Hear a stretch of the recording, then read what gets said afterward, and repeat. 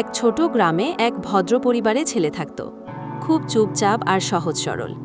একদিন সে গ্রামের এক মেয়েকে দেখে মুগ্ধ হয়। মেয়েটি গরিব ছিল, কিন্তু তার চোখে ছিল এক অদ্ভুত সারল্য আর মুখে মিষ্টি হাসি, যা ছেলেটার মনে এক দাগ কেটে যায়। তারা প্রায়ই একে অপরের চোখে চোখ রেখে কথা বলতো, আর এভাবেই তাদের ভালোবাসা শুরু হয়। সমাজের আড়ালে তারা ভালোবাসত আর প্রতিজ্ঞা করেছিল যে কখনো আলাদা হবে না। কিন্তু হঠাৎ তাদের স্বপ্নে ধাক্কা লাগে। ছেলেটা জানতে পারে যে মেয়েটির কাল বিয়ে। প্রথমে বিশ্বাস করতে পারে না সে, কিন্তু পরে জানতে পারে যে মেয়েটি তাকে ব্যবহার করছিল শুধু সময় কাটানোর জন্য। বিয়ের দিন ছেলেটা দূর থেকে দাঁড়িয়ে সব দেখছিল, মেয়েটির গায়ে হলুদ, বিয়ের সাজ আর অন্য একজনের সাথে তার বিয়ে হওয়া। সে শুধু নীরবে দেখছিল আর চোখের জল ফেলছিল।